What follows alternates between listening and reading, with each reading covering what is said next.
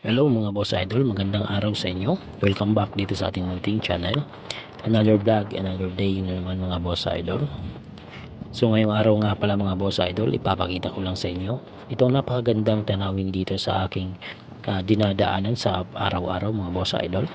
So napakaganda talaga mga boss idol ng mga senaryo or ng mga tanawin dito sa probinsya.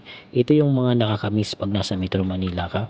Ito yung mga hindi mo makikita pag nasa cities ka. Itong mga magagandang tanawin na sobrang nakaka-relax mga boss idol. Ito yung mamimiss mo pag probinsyano ka na dumayo ka ng Metro Manila.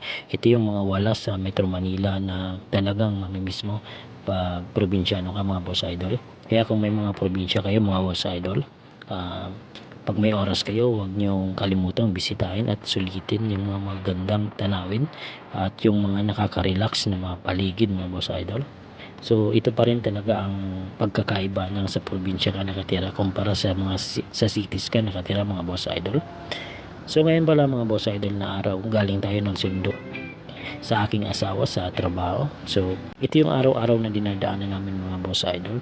So talagang relax at sobrang gandang pagmasdan ng paligid kahit so medyo stress ka mga boss idol. So mapapagaang yung pakiramdam mo ng mga ganitong tanawin, mga birding pala yan, mga birding damuhan at napakalawak na magandang tanawin mga boss idol. Ito yung mga araw-araw na mong makikita pag andito ka sa probinsya nakatira.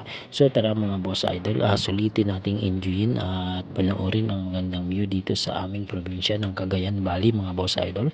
So taga Bicol nga pala ako mga boss idol, pero andito tayo ngayon sa Cagayan Valley. So napakaganda rin probinsya ng Bicol region, pero hindi mo din mapagkakailan na sobrang ganda rin talaga dito sa Cagayan Valley mga boss idol.